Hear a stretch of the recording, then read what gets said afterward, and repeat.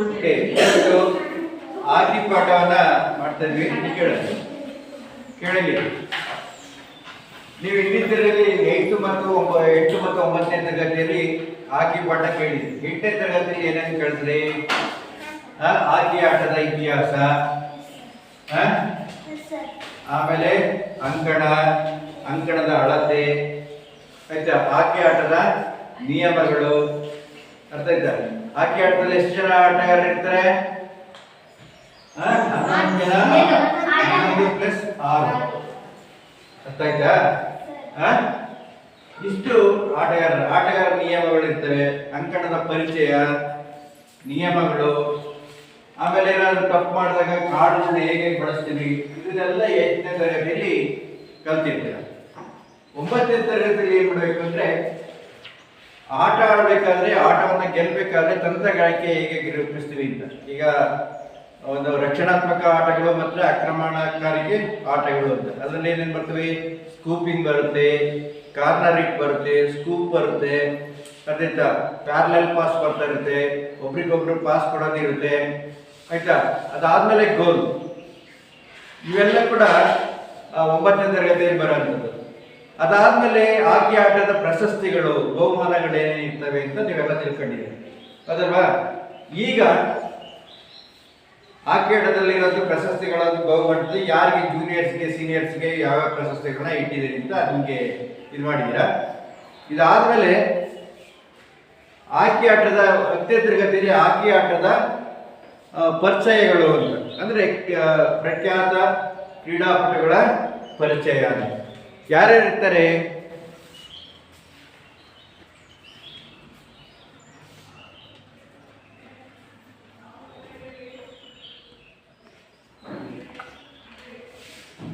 ಹಾಕಿ ಆಟದಲ್ಲಿ ಯಾರ್ಯಾರು ಪರಿಚಯ ಇರ್ತಾರೆ? ರಾಷ್ಟ್ರೀಯ, ಅಂತಾರಾಷ್ಟ್ರೀಯ ಮಟ್ಟದ ಕ್ರೀಡಾಪಟುಗಳು.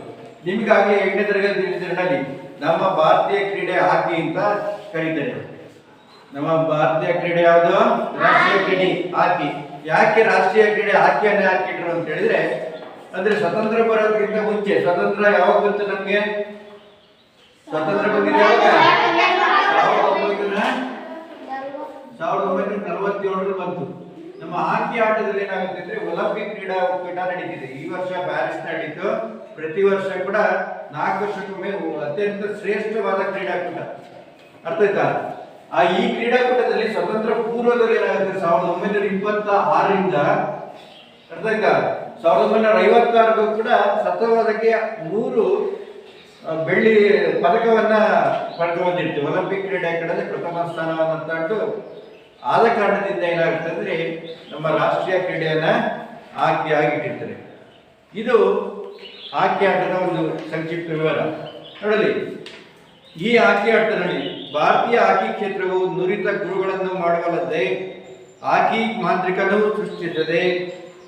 ದೇಶಾದ್ಯಂತ ಅಂದ್ರೆ ಜಗತ್ತಿನಾದ್ಯಂತ ಜನರ ಅವರ ಆಕರ್ಷಣೆ ಆಟವಾಗಿ ನೋಡಿ ಮಂತ್ರಮುಗ್ಧರಾಗುತ್ತಿದ್ದರು ಅಂತ. ಈ ಒಂದು ಏನಾಗುತ್ತೆ ಅಂದ್ರೆ, ಹಾಕಿ ಆಟದಲ್ಲಿ ಸ್ವತಂತ್ರ ಪೂರ್ವದಲ್ಲಾಗ್ಬೋದು, ಈಗಲಾದ್ರೂ ಕೂಡ ಅಷ್ಟಾಗಿರ್ಬೋದು, ಈ ಹಾಕಿ ಆಟ ಒಂದ್ಸರಿ ಸ್ಟಾರ್ಟ್ ಆದ್ರೆ ಅರ್ಥ ಆಯ್ತಾ, ಅತ್ಯಂತ ವೇಗವಾಗಿ ಆಡುವಂತ ಆಟ. ಅದಕ್ಕೆ ಪ್ರೇಕ್ಷಕರಿಗೂ ಕೂಡ ಒಂದು ಆಕರ್ಷಣಿಕ ಒಂದು ಆಟವಾಗಿದ್ದು, ಅರ್ಥ ಆಯ್ತಾ, ನಮಗೆ ಭಾರತ ದೇಶಕ್ಕೆ ಒಂದು ಕೀರ್ತಿಯನ್ನು ತಂದಂತ ಒಂದು ಕ್ರೀಡಾಕೂಟ. ಇದರಲ್ಲಿ ಧ್ಯಾನ್ ಚಂದ್ ಅಂತ ನಿಮ್ಗಾಗಲೇ ಎಲ್ಲ ಗೊತ್ತಿದೆ. ಈಗ ನಾವು ಯಾವಾಗ ರಾಷ್ಟ್ರೀಯ ಕ್ರೀಡಾ ದಿನಾಚರಣೆ ಆಗಸ್ಟ್ 29ನೇ ತಾರೀಕು ರಾಷ್ಟ್ರೀಯ ಕ್ರೀಡಾ ದಿನಾಚರಣೆ ಆಗ್ತದೆ. ಇದು ಧ್ಯಾನ್ ಚಂದ್ ಅವರ ಬರ್ಡೇ ಆಗಿರೋದ್ರಿಂದ ಅದನ್ನ ರಾಷ್ಟ್ರೀಯ ಕ್ರೀಡಾ ದಿನಾಚರಣೆ ಆಗಿ ನಾವು ಆಚರಿಸ್ತಾ ಇದ್ದೀವಿ.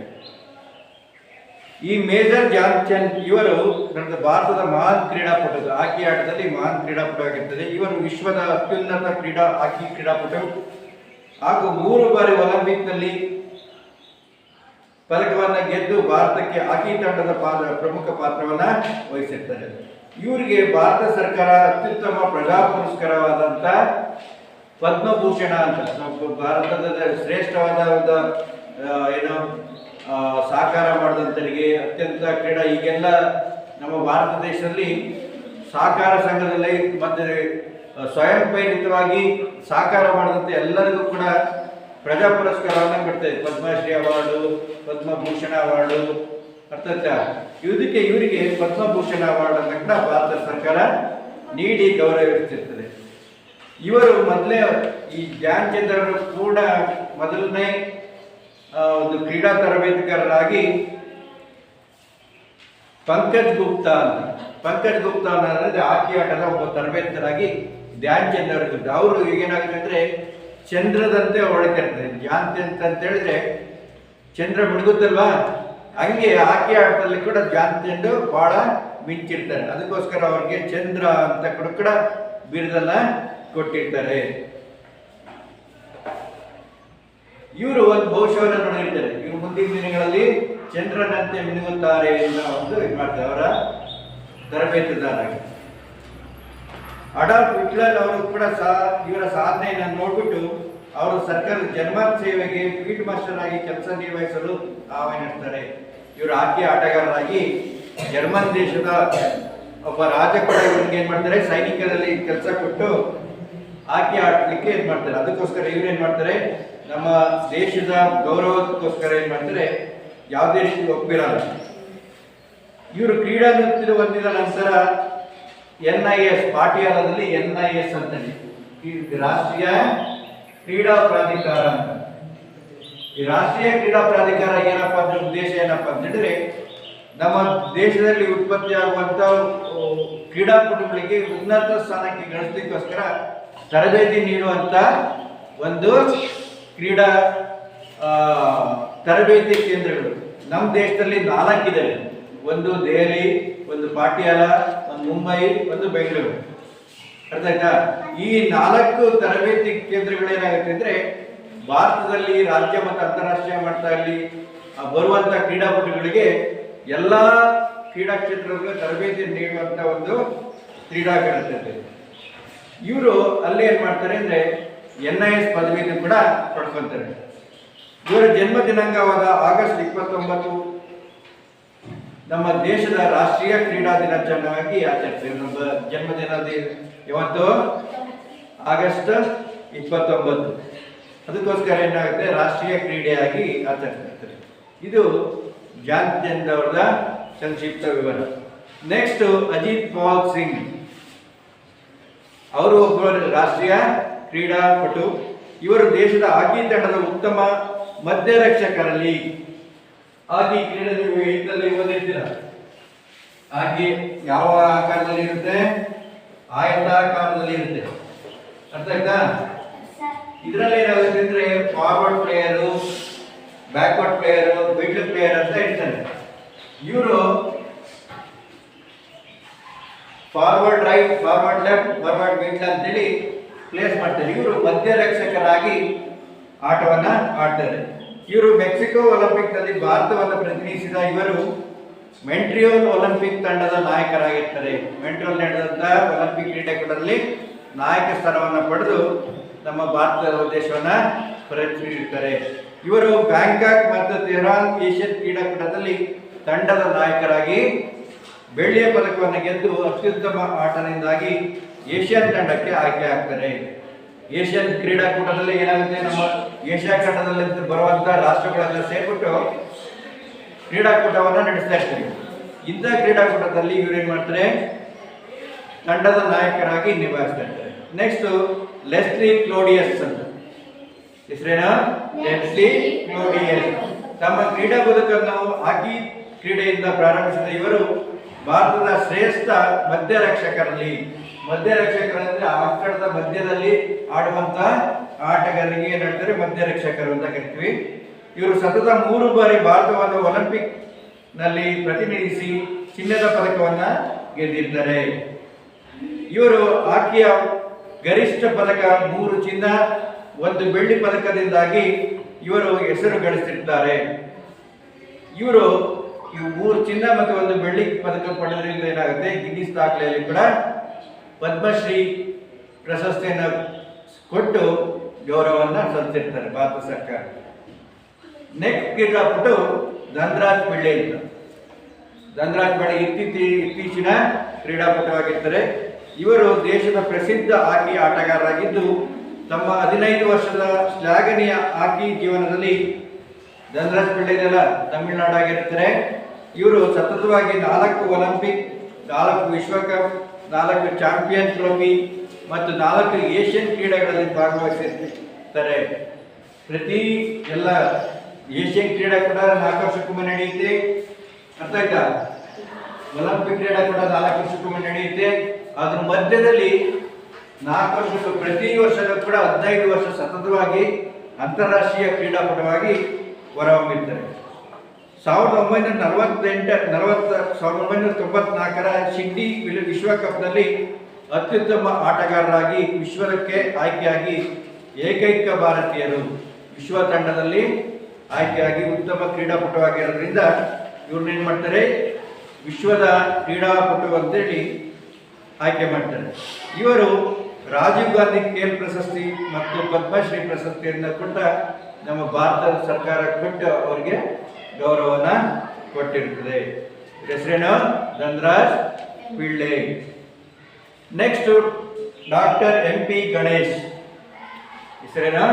Doctor MP Ganesh.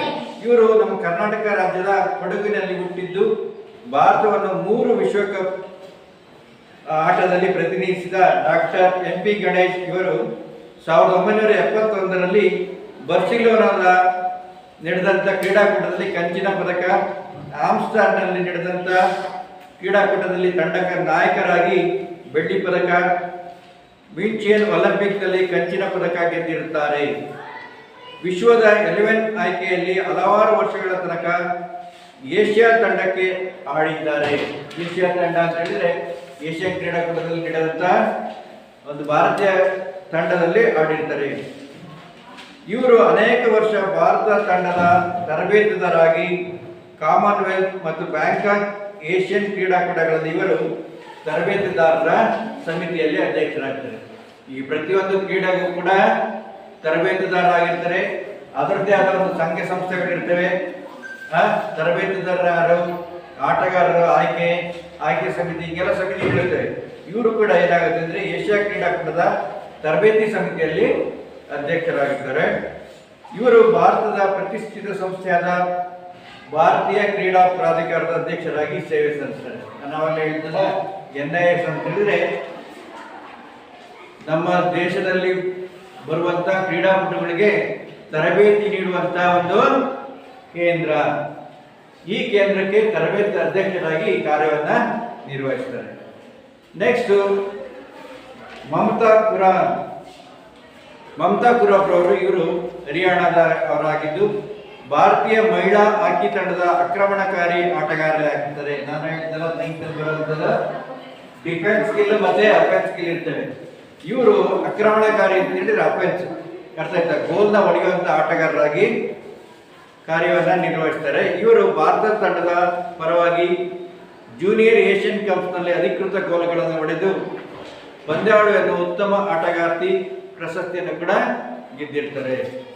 ಇವರು ಬೂಸಾಕ್ ಏಷ್ಯನ್ ಗೇಮ್ಸ್ನಲ್ಲಿ 4ನೇ ಸ್ಥಾನವನ್ನು ಪಡೆದರೆ ಏಷ್ಯನ್ ಗೇಮ್ಸ್ನಲ್ಲಿ ಕಂಚಿನ ಪದಕ ಗೆದ್ದು ಏಷ್ಯಾ ಕಪ್ನಲ್ಲಿ ಸಂಯುಕ್ತ ಕ್ರೀಡಾಕೂಟದ ಹಾಕಿ ಸ್ಪರ್ಧೆಯಲ್ಲಿ ಚಿನ್ನದ ಪದಕವನ್ನು ಕೂಡ ಬರ್ತಾರೆ. ಇವರು ಅನೇಕ ಮಹಿಳಾ ತಂಡಗಳಲ್ಲಿ ಹಾಕಿಯನ್ನು ಆಡಿ ವಿವಿಧ ಕ್ಷೇತ್ರದಲ್ಲಿ ಬರುವಂಥ ಹಾಕಿ ತಂಡಕ್ಕೆ ಪ್ರಶಸ್ತಿಯನ್ನು ತಂದುಕೊಟ್ಟಿರ್ತಾರೆ. ಮಮತಾ ಕುರಾಪ್. ನೆಕ್ಸ್ಟ್ ಸೂರಜ್ ಲತಾ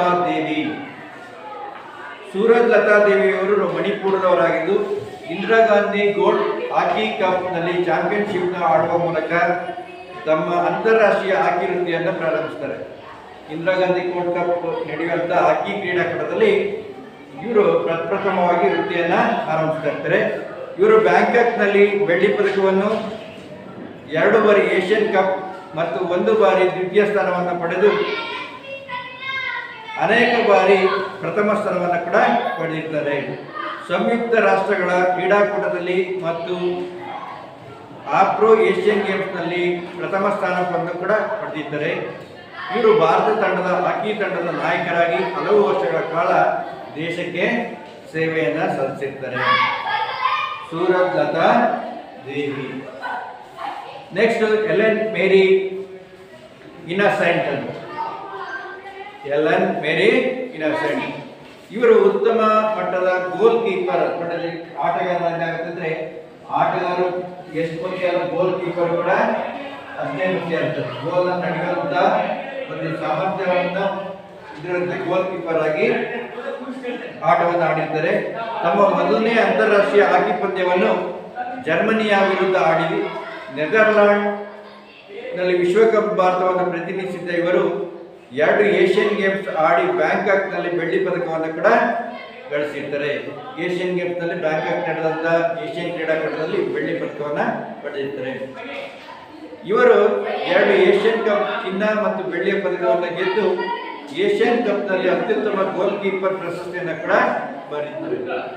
ಇವರ 3 ಸಂಯುಕ್ತ ಕ್ರೀಡಾಕೂಟದ ಹಾಕಿ ಸ್ಪರ್ಧೆಯಲ್ಲಿ ಬೆಳ್ಳಿ, ಚಿನ್ನ ಮತ್ತು ಆಫ್ರೋ ಏಷ್ಯನ್ ಗೇಮ್ಸ್ ನಲ್ಲಿ ಗೋಲ್ಡ್ ರಕ್ಷಣಾ ತಂತ್ರವನ್ನು ತಂಡದ ಪ್ರಥಮ ಸ್ಥಾನವನ್ನು ಪಡೆಯಲು ಕಾರಣ ಆಗ್ತದೆ. ಬ್ಯಾಂಕಾಕ್ನಲ್ಲಿ ನಡೆದ ಆಫ್ರೋ ಏಷ್ಯನ್ ಕ್ರೀಡಾಕೂಟದಲ್ಲಿ ಗೋಲ್ಗಳನ್ನ ಅವಾಯ್ಡ್ ಮಾಡಲಿಕ್ಕೋಸ್ಕರ ಒಂದು ಕ್ರೀಡಾಪಟುವಾಗಿ ಹೊರಹೊಮ್ಮುತ್ತಾರೆ. ಇವರಿಗೆ ಇಂದಿರಾ ಗಾಂಧಿ ಗೋಲ್ಡ್ ಕಪ್ ನಲ್ಲಿ ತಂಡದ ನಾಯಕರಾಗಿ ಮುಖ್ಯ ಸ್ಥಾನವನ್ನು ಪಡೆದಿದ್ದಾರೆ. ಇವ್ರದ್ದು ಎಲೆನ್ ಮೇರಿ ಇನ್ನಸೆಂಟ್ ಮೈನ್ ಗೋಲ್ ಕೀಪರ್ ಆಟಗಾರ್ತಿಯಾಗಿ ಹಾಕಿ ತಂಡದಲ್ಲಿ ಆಡಿದ್ದಾರೆ. ಇಷ್ಟು ನಮ್ಮ ಭಾರತದಲ್ಲಿ ಬರುವಂತ ಪ್ರಮುಖ ಭಾರತೀಯ ಕ್ರೀಡಾಪಟುಗಳು. ನೆಕ್ಸ್ಟ್ ಅಂತಾರಾಷ್ಟ್ರೀಯ ಆಟಗಾರರು. ಅಂತಾರಾಷ್ಟ್ರೀಯ ಅಂದ್ರೆ ಬೇರೆ ಬೇರೆ ದೇಶದಲ್ಲಿ ಆಡಿದಂಥ ಆಟಗಾರರು ಯಾರಿದ್ದರಿಂದ ಡಾಕ್ಟರ್ ರಿಚರ್ಡ್ ಚಾರ್ಲ್ಸ್ ವರ್ತ್ ಇವರು ಮಾಜಿ ಆಸ್ಟ್ರೇಲಿಯಾ ಆಟಗಾರರು ಮತ್ತು ವೃತ್ತಿಯಲ್ಲಿ ವೈದ್ಯರು. ಎಲ್ಲರಿರೋ ಆಸ್ಟ್ರೇಲಿಯಾದವರು. ಇವರು ಕೆಲವು ವರ್ಷಗಳ ಆಸ್ಟ್ರೇಲಿಯಾ ತಂಡದ ನಾಯಕರಾಗಿದ್ದು ಸುಮಾರು 10 ವರ್ಷಗಳ ಕಾಲ ವಿಶ್ವದ ಅತ್ಯಂತ ಉತ್ತಮ ಕ್ರೀಡಾಪಟುವಾಗಿ ಹೊರಹೊಮ್ಮಿದ್ದಾರೆ. ಇವರು ಆಸ್ಟ್ರೇಲಿಯಾ ತಂಡದ ಪರವಾಗಿ ಒಲಿಂಪಿಕ್ನಲ್ಲಿ ಆಡಿದರು. ಇವರು ಆಸ್ಟ್ರೇಲಿಯಾಕ್ಕೆ ಅನೇಕ ಅಂತಾರಾಷ್ಟ್ರೀಯ ಪ್ರಶಸ್ತಿಗಳನ್ನು ದೊರಕಿಸಿಕೊಟ್ಟಿದ್ದಾರೆ. ಲಂಡನ್ ವಿಶ್ವಕಪ್ ಮತ್ತು ಹಲವಾರು ಅಂತಾರಾಷ್ಟ್ರೀಯ ಪಂದ್ಯಾಟಗಳಲ್ಲಿ ಅನೇಕ ವರ್ಷಗಳ ಕಾಲ ವಿಜಯಶಾಲಿ ಆಗಿ ಒಂದು ಹಾಕಿ ಆಟಗಾರರಾಗಿ ಹೋಗ್ತಾ ಇರ್ತಾರೆ. ಇದಾದ ನಂತರ ಆಸ್ಟ್ರೇಲಿಯಾ ಹಾಕಿ ಮಹಿಳಾ ಹಾಕಿ ತಂಡದ ತರಬೇತುದಾರರಾಗಿ ಕೂಡ ಕಾರ್ಯವನ್ನು ನಿರ್ವಹಿಸ್ತಾರೆ. ಯಾರಿದು? Doctor Richard Charles worth. ಇವರು ವೈದ್ಯಾಧಿಕಾರಿಗಳು, ಡಾಕ್ಟರ್ ಆಗಿ ಕೂಡ ಹಾಕಿ ಆಟವನ್ನು ಆಡಿದ್ದಾರೆ. ನೆಕ್ಸ್ಟ್ ಶಹಬಾಜ್ ಅಹಮದ್. ಶಹಬಾಜ್ ಅಹಮದ್ ಇವರು ಹಾಕಿ ಇತಿಹಾಸದ ಉತ್ತಮ ಆಕ್ರಮಣಕಾರಿ ಆಟಗಾರರು. ಫಾರ್ವರ್ಡ್ ಪ್ಲೇಯರ್ ಆಗಿರ್ತಾರೆ. ಆಕ್ರಮಣಕಾರಿ ಅಫೆನ್ಸ್ ಆಡುವಂತ ಒಂದು ಕ್ರೀಡಾಪಟುಗಳಂತಿದೆ. ಇವರು ವೇಗದ ಆಟಗಾರರಾಗಿದ್ದು ವಿದ್ಯುತ್ ಇಮ್ಮಡಿಯ ಮನುಷ್ಯ ಎಂಬ ಅಡ್ಡ ಹೆಸರಿನಲ್ಲಿ ದೊರಕಿದೆ. ವೇಗದ ಆಟಗಾರರಾಗಿದೆ ಇರೋದ್ರಿಂದ ಇವ್ರಿಗೆ ಏನ್ ಮಾಡ್ತಾರೆ, ವಿದ್ಯುತ್ ಎಷ್ಟು ಬೇಗ ಸಂಚಾರ ಆಗ್ತಾ ಇರುತ್ತೆ ಅಷ್ಟು ವೇಗವಾಗಿ ಆಡುವಂತ ಆಟಗಾರರಿಗೆ ಅದಕ್ಕೋಸ್ಕರ ಏನ್ ಮಾಡ್ತಾರೆ, ವಿದ್ಯುತ್ ಇಮ್ಮಡಿಯ ಮನುಷ್ಯ ಅಂತೇಳಿ ಅಡ್ಡ ಹೆಸರಿಂದ ಕರೀತಾರೆ. ಇವರು ಪಾಕಿಸ್ತಾನವನ್ನು 4 ಚಾಂಪಿಯನ್ ಟ್ರೋಫಿ, 3ನೇ ಏಷ್ಯನ್ ಕಪ್, ಲಾಹೋರ್ನಲ್ಲಿ ನಡೆದಂಥ 7ನೇ ವಿಶ್ವಕಪ್, ಏಷ್ಯಾ ಹಾಕಿ ಹಾಗೂ ಸಿಡ್ನಿ ವಿಶ್ವಕಪ್ ಇವುಗಳಲ್ಲಿ ಪ್ರತಿನಿಧಿಸಿದರು. ಇವರು ಏಷ್ಯನ್ ಕಪ್ನಲ್ಲಿ ಮತ್ತು ಬೀಜಿಂಗ್ ಏಷ್ಯನ್ ಗೇಮ್ನಲ್ಲಿ ಚಿನ್ನ, ಚಾಂಪಿಯನ್ ಟ್ರೋಫಿ, ಲಾಹೋರ್ ವಿಶ್ವಕಪ್ ಮತ್ತು BMW ಕಪ್ ಇವುಗಳಲ್ಲಿ ಬೆಳ್ಳಿ ಮತ್ತು ಚಾಂಪಿಯನ್ನಲ್ಲಿ ಅತ್ಯುತ್ತಮ ಕ್ರೀಡಾ ಪ್ರಶಸ್ತಿಯನ್ನು ಪಡೆದು ಒಬ್ಬ ಏಕೈಕ ಆಟಗಾರರಾಗಿರ್ತಾರೆ. ಪಾಕಿಸ್ತಾನದ ತಂಡದ ಪರವಾಗಿ ಹಲವು ಅಂತಾರಾಷ್ಟ್ರೀಯ ಪಂದ್ಯಾಟಗಳಲ್ಲಿ ಕೂಡ ಆಡಿರ್ತಾರೆ. ಶಹಬಾಜ್ ಅತ್ಯುತ್ತಮ ಕ್ರೀಡಾಪಟು, ಪಾಕಿಸ್ತಾನದ ಆಟಗಾರರಾಗಿರ್ತಾರೆ. Next ಫ್ಲೋರೆಡ್ John ಬೋವಿಲ್ಯಾಂಡರ್. ಹೆಸರೇನು? ಫ್ಲೋರೆಡ್ ಜಾನ್ ಬೋವಿಲ್ಯಾಂಡರ್. ಇವರು ಹಾಲೆಂಡ್ ದೇಶದ ಅಥ್ಲೆಟಿಕ್ ಆಟಗಾರರಾಗಿದ್ದು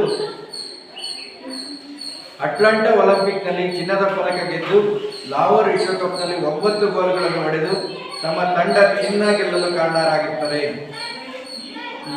4 ವರ್ಷಕ್ಕೊಮ್ಮೆ ನಡೆಯುವಂಥ ಒಂದು ವಿಶ್ವಕಪ್ನಲ್ಲಿ 9 ಗೋಲ್ಗಳನ್ನು ಹೊಡೆದು ಚಿನ್ನ ಗೆಲ್ಲಲಿಕ್ಕೆ ಕಾರಣರಾಗಿರ್ತಾರೆ. ಇವರು ಪೆನಾಲ್ಟಿ ಕಾರ್ನರ್ ಹೊಡೆದಕ್ಕೆ ಪ್ರಯತ್ನಿಸ್ತಾ ಇರ್ತಾರೆ. ಪೆನಾಲ್ಟಿ ಕಾರ್ನರ್ ಅಂತ ಹೇಳಿದ್ರೆ ಈ ಕಾರ್ನರ್ ಹೊಡೆಯುವಂತ ಪೆನಾಲ್ಟಿ ಸ್ಟ್ರೋಕ್ ಕಾರ್ನರ್ಗೆ ಹೊಡಿತಾ ಇರ್ತಾರೆ. ಯಾಕೆಂದ್ರೆ ಜನರ ಡಿಫೆನ್ಸ್ ಪ್ಲೇಯರ್ ಏನಾದ್ರು ಕಟ್ ಮಾಡಿದಾಗ ಏನಾಗ್ತಾ ಇರುತ್ತೆ ಅಂದ್ರೆ ಈ ಡಿ ಏರಿಯಾದೊಳಗೆ ಪೆನಾಲ್ಟಿ ಸ್ಟ್ರೋಕ್ ಅಥವಾ ಪೆನಾಲ್ಟಿ ಸ್ಪಾಟ್ ನ ಕೊಡ್ತಾ ಇರ್ತಾರೆ. ಈ ಪೆನಾಲ್ಟಿ ಸ್ಟ್ರೋಕ್ ಹೊಡೆಯಕ್ಕೆ ಆಡ್ಬೇಕಾದ್ರೆ ಇವರು ಪ್ರಖ್ಯಾತಿಯನ್ನ ಪಡೆದಿದ್ದಾರೆ.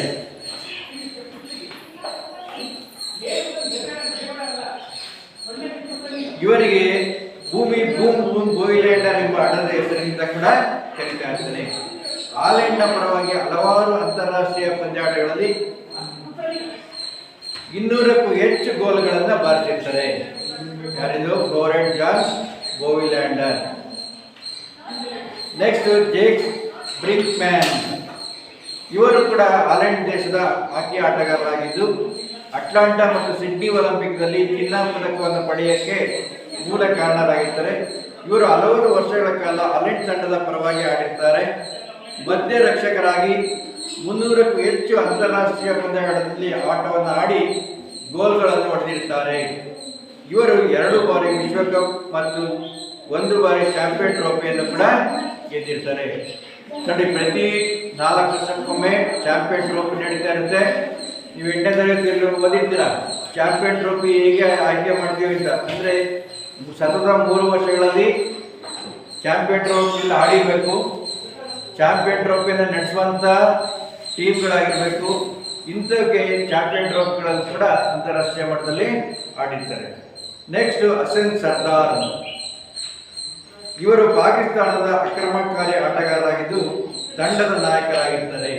ಇವರು ಕೂಡ ಪಾಕಿಸ್ತಾನದ ಹಾಕಿ ಆಟಗಾರರಾಗಿದ್ದು ಆ ದೇಶದ ತಂಡವನ್ನ ನಾಯಕರಾಗಿ ಪ್ರತಿನಿಧಿಸುತ್ತಾರೆ.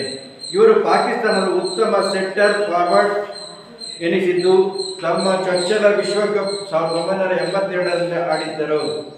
ಈ ಪಂದ್ಯಾವಳಿಯಲ್ಲಿ ಇವರ ದಾಖಲೆ 11 ಗೋಲ್ ಬಾರಿಸಿ ಪಾಕಿಸ್ತಾನಕ್ಕೆ ಚಿನ್ನ ಗಳಿಸಲಿಕ್ಕೆ ಕಾರಣರಾಗಿದ್ದಾರೆ. 1982ರಲ್ಲಿ ನಡೆದಂಥ ಪಂದ್ಯಾಟಗಳಲ್ಲಿ. ಅದೇ ರೀತಿ ಏಷ್ಯನ್ ಕ್ರೀಡಾಕೂಟ 1982ರಲ್ಲಿ ಭಾರತವನ್ನು ಸೋಲಿಸಿ ಚಿನ್ನದ ಪದಕವನ್ನು ಪಡೆದಿರ್ತಾರೆ.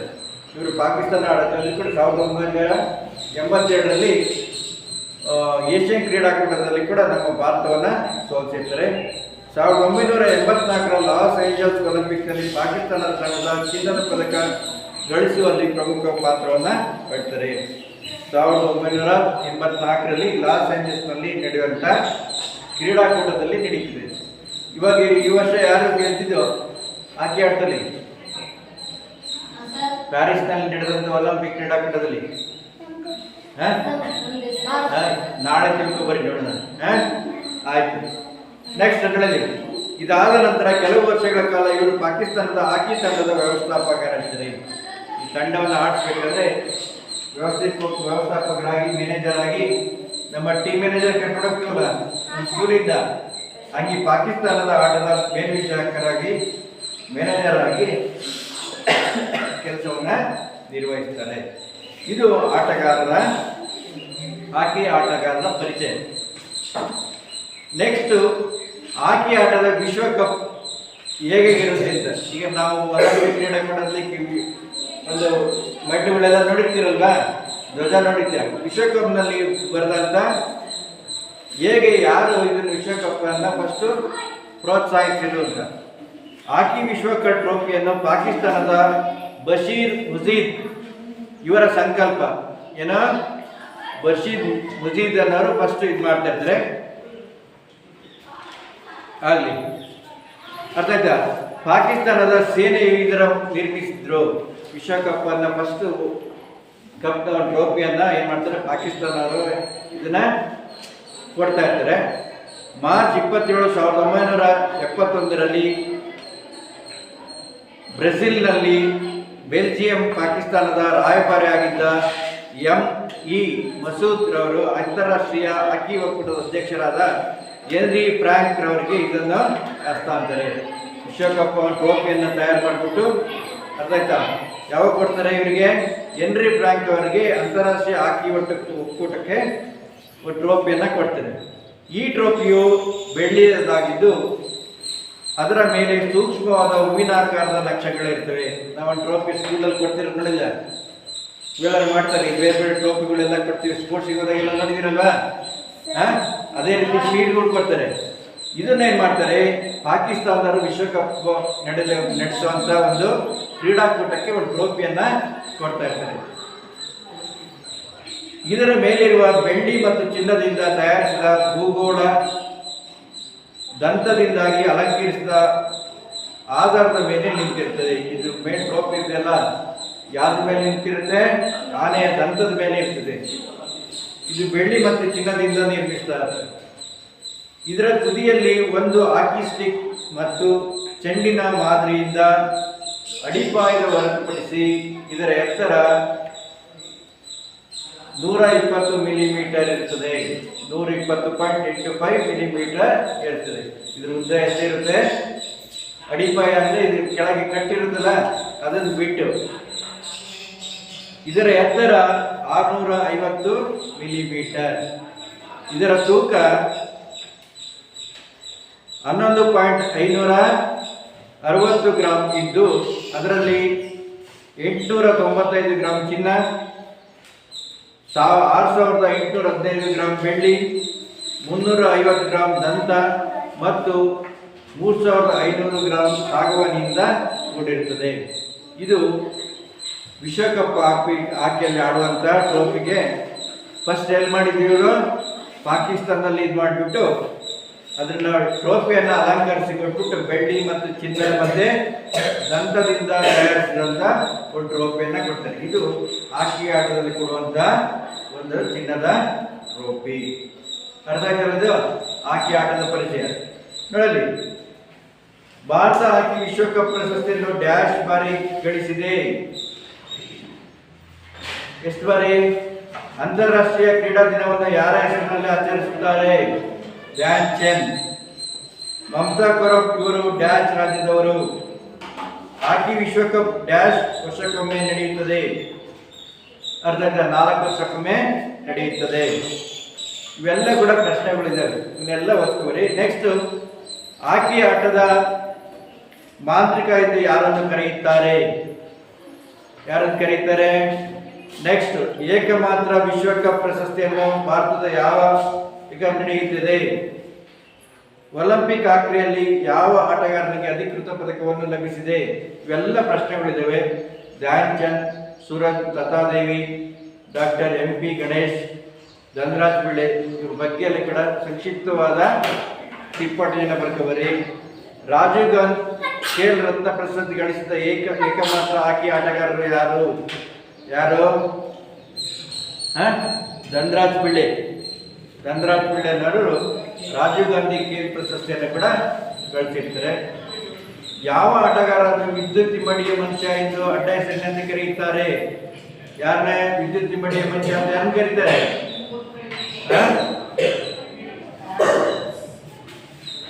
ಶಾಬಾದ್ ಅಹಮದ್. ಇವರು ಪಾಕಿಸ್ತಾನದ ಆಟಗಾರರಾಗಿರ್ತಾರೆ.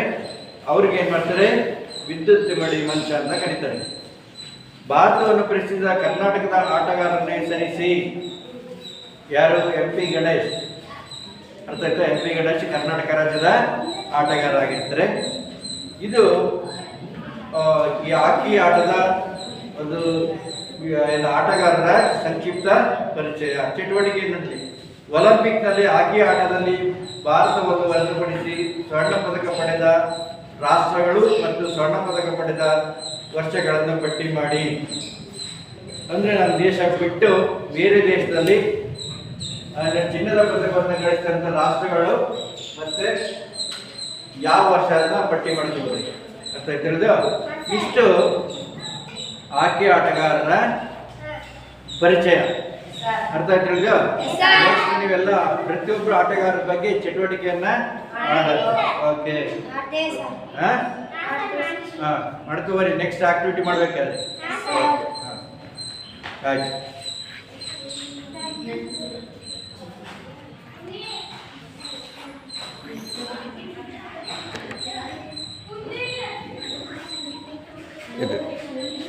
ಇದು ಹಾಕಿ ಆಟಗಾರ ಪರಿಚಯ. ಅರ್ಥ ಆಯ್ತಾ? ಹಾಕಿ ಆಟ ಎಲ್ಲ ನೋಡಿದಿರಲ್ವಾ? ಪೆನಾಲ್ಟಿ ಸ್ಟ್ರೋಕು ಮತ್ತೆ ಪೆನಾಲ್ಟಿ ಕಾರ್ನರ್ ಇವನ್ನೆಲ್ಲ ಕಲ್ತ್ಕೊಂಬರಿ. ಅರ್ಥ ಆಯ್ತಾ?